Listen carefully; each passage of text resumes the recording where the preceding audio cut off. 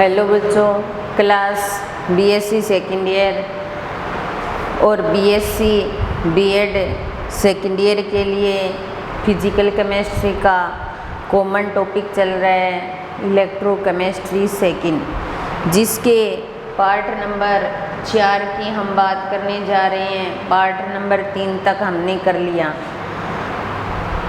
इससे last class में हम नैनसर्ट इक्वेशन कर रहे थे और नैनसर्ट इक्वेशन को हमने डैनियल सेल के लिए विस्थापित भी कर दिया था और वो टॉपिक हमारा कंप्लीट हो गया था। और उसके पश्चात मैंने आपको मानक हाइड्रोजन इलेक्ट्रोड या स्टैंडर्ड हाइड्रोजन इलेक्ट्रोड जिसको बोला जाता है, इसकी शुरुआत करने जा रहे थे। तो अब हम बात करते हैं मानक हाइड्रोजन इलेक्ट्रोड। मानक हाइड्रोजन इलेक्ट्रोड या फिर अपने बोल सकते हैं standard hydrogen electrode. Standard hydrogen electrode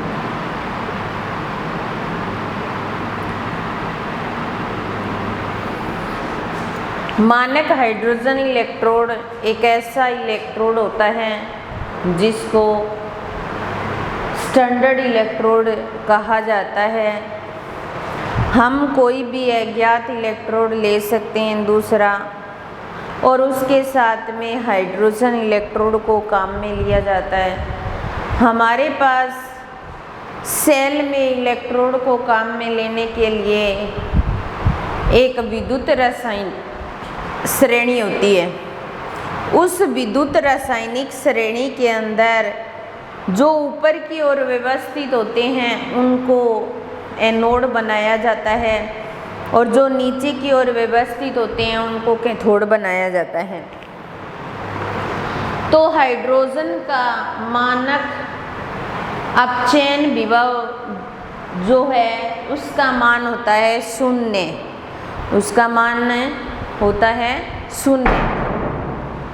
तो अब जब हाइड्रोजन से ऊपर के कोई भी मेटल्स या कोई भी परमाणु ऊपर की तरफ आता है तो उसको तो एनोड बनाया जाता है और हाइड्रोजन को कैथोड बनाया जाता है। और हाइड्रोजन से नीचे की कोई भी धातु आती है तो उसको कैथोड बनाया जाता है और हाइड्रोजन को एनोड बनाया जाता है, और विद्युत वाहक बल का मान ज्ञात किया जा सकता है। तो मानक हाइड्रोजन इलेक्ट्रोड विभव ज्ञात किया जाता है। अब मानक हाइड्रोजन इलेक्ट्रोड किस प्रकार का होता है, पहले मैं उसका डायग्राम बनाती हूँ।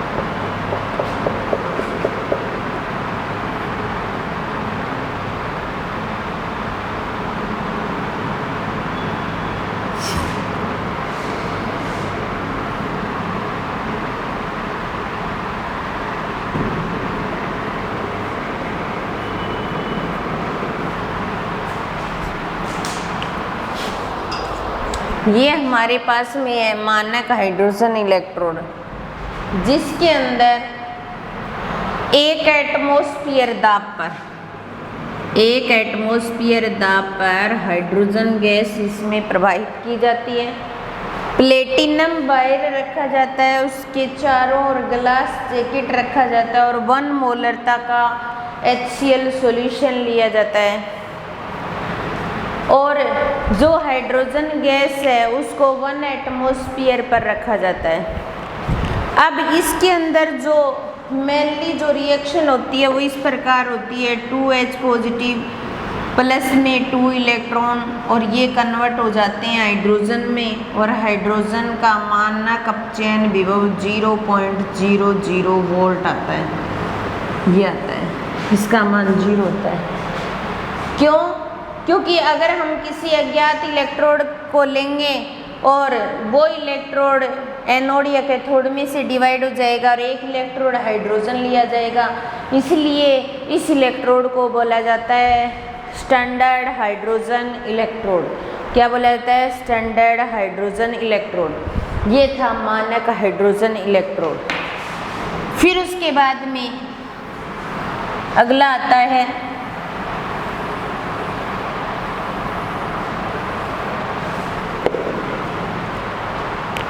ग्लास इलेक्ट्रोड या रेफरेंस इलेक्ट्रोड। ग्लास इलेक्ट्रोड या इसको बोलते हैं रेफरेंस इलेक्ट्रोड, रेफरेंस इलेक्ट्रोड, या फिर इसको बोला जाता है संदर्भ इलेक्ट्रोड, संदर्भ इलेक्ट्रोड, संदर्भ इलेक्ट्रोड। ये जो इलेक्ट्रोड होता है, ये इलेक्ट्रोड हाइड्रोजन की कमियों को दूर करते हुए बनाया गया। जो हाइड्रोजन इलेक्ट्रोड कमियां रखता है, उन कमियों को इस इलेक्ट्रोड के अंदर दूर की गई, और साथ में हर कंडीशन में या एनी टाइम हम हाइड्रोजन गैस को 1 एटमॉस्फेयर पर नहीं रख सकते, क्योंकि जो मानक हाइड्रोजन इलेक्ट्रोड है उसके अंदर हाइड्रोजन गैस को 1 एटमॉस्फेयर पर रखा जाता है, लेकिन इसके अंदर एनी टाइम 1 एटमॉस्फेयर पर नहीं रख सकते। इसीलिए इस रेफरेंस इलेक्ट्रोड को काम में लिया जाता है, क्योंकि इस इलेक्ट्रोड में क्या होते हैं, सेंसरी ग्लास मेम्ब्रेन लगी रहती है, संवेदी कांच की झिल्ली लगी रहती है जो कार्य करती है, और इस इलेक्ट्रोड को एक बढ़िया तरीके से इलेक्ट्रोड के रूप में या हाइड्रोजन इलेक्ट्रोड की जगह काम में ले सकते हैं। अब पहले मैं इसका डायग्राम बना रही हूँ, किस प्रकार होता है ये। इस तरीके से ग्लास का बना हुआ होता है।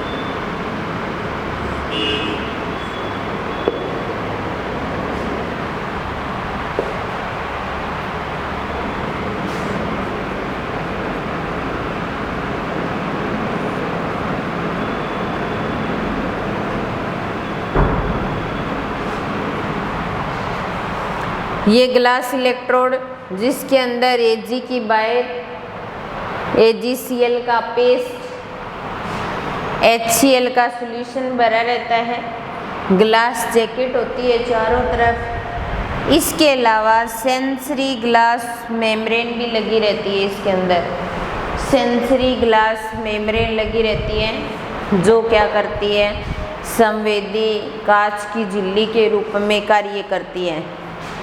इसका जो सेल आरेख होगा वो इस प्रकार हो जाएगा। सेल आरेख सबसे पहले क्या है, Ag, तो Ag की बाइर लगी है, फिर AgCl का सॉल्यूशन, AgCl का पेस्ट भरा रहता है और KCl का सॉल्यूशंस होता है। तो सेल आरेख Ag और AgCl का पेस्ट और HCl है, HCl का सॉल्यूशन भरा रहता है। नेंसर्ट इक्वेशन बनाएंगे इसके लिए, तो E cell, E naught cell, RTNF लेन H पॉजिटिव ये रखा जाता है। E सेल बराबर E नोट सेल, इसका मान रखें 0.05916 N और log H पॉजिटिव। तो इसके लिए जो नेंसर्ट इक्वेशन बनेगी वो ये बन जाएगी। क्या बन जाएगी? नेंसर्ट इक्वेशन। तो इस तरीके से ये था ग्लास इलेक्ट्रोड, जिसको हाइड्रोजन इलेक्ट्रोड की कमियों को दूर करके बनाया गया था। एक अच्छा इलेक्ट्रोड माना जाता है इसको।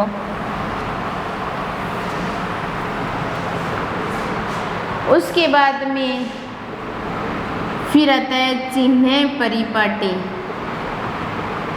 चिन्ह परिपाटी या फिर इसको बोला जाता है साइन कन्वेंशन। साइन कन्वेंशन, चिन्ह परिपाटी। अब जिस इलेक्ट्रोड पर ऑक्सीडेशन होता है वो हमेशा ही एनोड के रूप में कार्य करता है। जिस इलेक्ट्रोड पर हमेशा ही रिडक्शन होता है वो कैथोड के रूप में कार्य करता है। और जो हमारे पास विद्युत अपघटनी सेल जो होते हैं उसमें एनोड जो होता है पॉजिटिव और कैथोड जो होता है वो नेगेटिव होता है। लेकिन विद्युत रासायनिक सेल में इसके विपरीत प्रक्रिया होती है। विद्युत रासायनिक सेल में जो हमारे पास एनोड जो होता है वो तो नेगेटिव में और कैथोड जो होता है वो पॉजिटिव में होता है। उसके बाद में आती है इलेक्ट्रोकेमिकल सीरीज। केमिकल सीरीज या इसको बोला जाता है विद्युत रासायनिक श्रेणी। क्या बोला जाता है? विद्युत रासायनिक श्रेणी।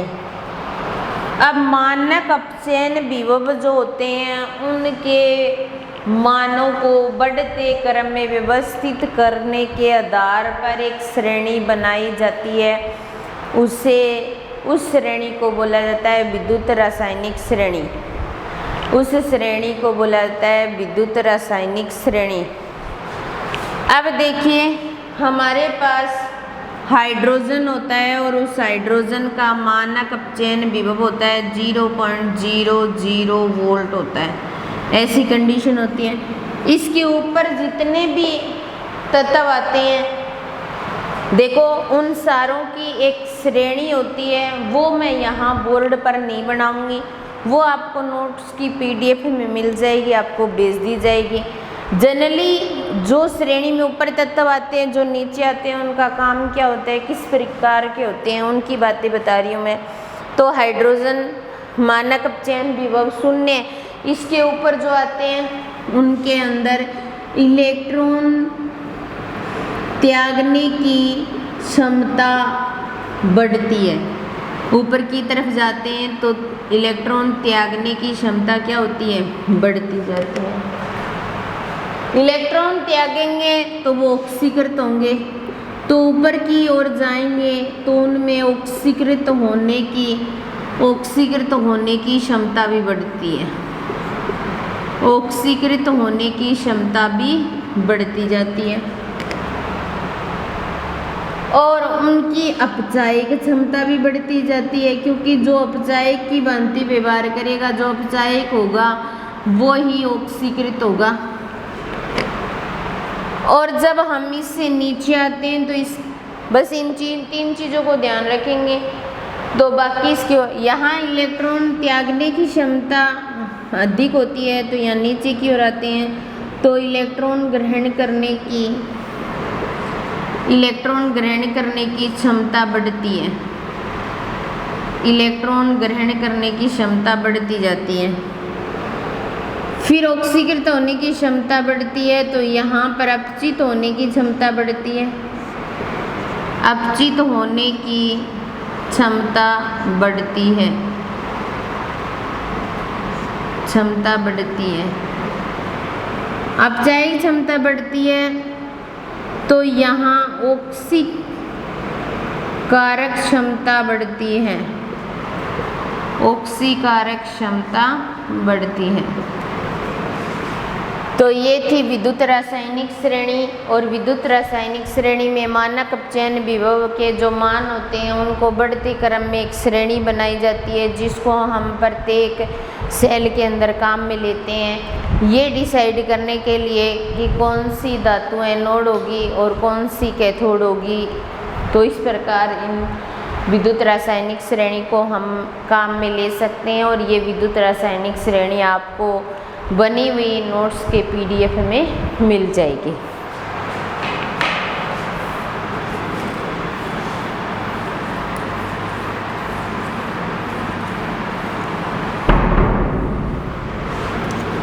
उसके बाद में हमारा नेक्स्ट टॉपिक आता है विद्युत रासायनिक श्रेणी की उपयोगिता। विद्युत रासायनिक श्रेणी की उपयोगिता कि हमने विद्युत रासायनिक श्रेणी बना तो ली,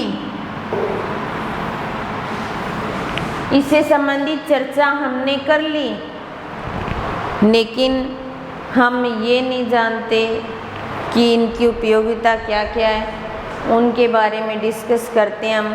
तो पहला पॉइंट आता है ऑक्सीकृत व अपचायक पदार्थों का ज्ञान। अपचायक पदार्थों का ज्ञान, पहला उपयोग यही है। कहने का मतलब कि उस विद्युत रासायनिक श्रेणी के अंदर प्रत्येक तत्व का मानक अपचयन विभव का मान दिया होता है। उन मानक अपचयन विभव के मान को देखकर हम ये पता लगा सकते हैं कि कौन सा पदार्थ या कौन सा तत्व या कौन सी धातु अपचित हो रही है और कौन सी ऑक्सीकृत हो रही है, ये पता लगा सकते हैं। तो ऑक्सीकृत और अपचायक पदार्थों का मान क्योंकि हमारे पास जो लिथियम है उसका मानक अपचयन विभव नेगेटिव होता है, सबसे मतलब लगभग उस श्रेणी के अंदर सबसे पहले ऊपर की ओर लिथियम को ही रखा जाता है, उसका मान बहुत ही नेगेटिव में होता है। तो वो एक प्रबल अपचायक माना जाता है और दुर्बल ऑक्सीकारक माना जाता है। लेकिन फ्लोरीन का मान धनात्मक भी होता है, उसके बाद में भी वो एक प्रबल ऑक्सीकारक माना जाता है और दुर्बल अपचायक माना जाता है। फिर दूसरा है धातुओं का विस्थापन। जो विद्युत रासायनिक श्रेणी है उसके अंदर हम धातुओं को विस्थापित कर सकते हैं, क्योंकि जो धातु जितनी उस श्रेणी में ऊपर की तरफ आती है वो दूसरी धातु को आसानी से विस्थापित कर सकती है। तो धातुओं के विस्थापन को भी विद्युत रासायनिक श्रेणी के द्वारा ज्ञात किया जा सकता है। जैसे हमारे पास AgNO3 है और यहाँ पर कॉपर ले लिया, तो उस श्रेणी में देखते हैं तो कॉपर पहले आता है, Ag बाद में आता है। ये एनोड की तरह काम करता है, ये कैथोड की तरह काम करता है। इसका ऑक्सीडेशन होता है, इसका रिडक्शन होता है, ये इसको विस्थापित कर सकता है। तो कॉपर खुद कॉपर नाइट्रेट में चेंज हो जाएगा और Ag को बाहर निकाल देगा। ये रिएक्शन क्या है? डिस्प्लेसमेंट रिएक्शन, विस्थापित अभिक्रिया है, डिस्प्लेसमेंट रिएक्शन बोला जा सकता है। तो ये आसानी से क्या कर सकता है? इसको विस्थापित कर सकता है। तीसरा, धातुओं के साथ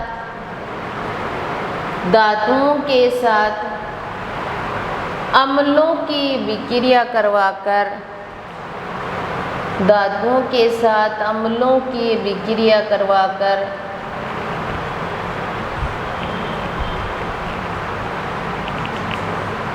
हाइड्रोजन गैस को मुक्त करना। तीसरी जो उपयोगिता वो ये है कि धातु के साथ हम क्या करेंगे? अम्लों की विक्रिया करवाएंगे और हाइड्रोजन गैस को मुक्त कर सकते हैं। जैसे हमारे पास Na है, ये HCl के साथ रिएक्शन करता है तो NaCl बनाता है और हाफ H2 के रूप में बाहर निकल जाता है। हमारे पास जिंक होता है, H2SO4 के साथ रिएक्शन करेगा, जिंक सल्फेट बनाएगा और हाइड्रोजन गैस मुक्त कर देगा। तो हाइड्रोजन धातुओं के साथ अम्लों की विक्रिया करवा करके हम हाइड्रोजन गैस भी मुक्त कर सकते हैं। ये जो उपयोगिता वो विद्युत रासायनिक श्रेणी की उपयोगिता है। विद्युत रासायनिक श्रेणी में ऑक्सीकृत और अपचायिक पदार्थों का ज्ञान होता है, धातुओं का विस्थापन होता है और धातुओं के साथ अम्लों की विक्रिया करके हाइड्रोजन को हम आसानी से विस्थापित कर सकते हैं। ये जो है वो क्या है? एक विद्युत रासायनिक श्रेणी की उपयोगिता। इसके अलावा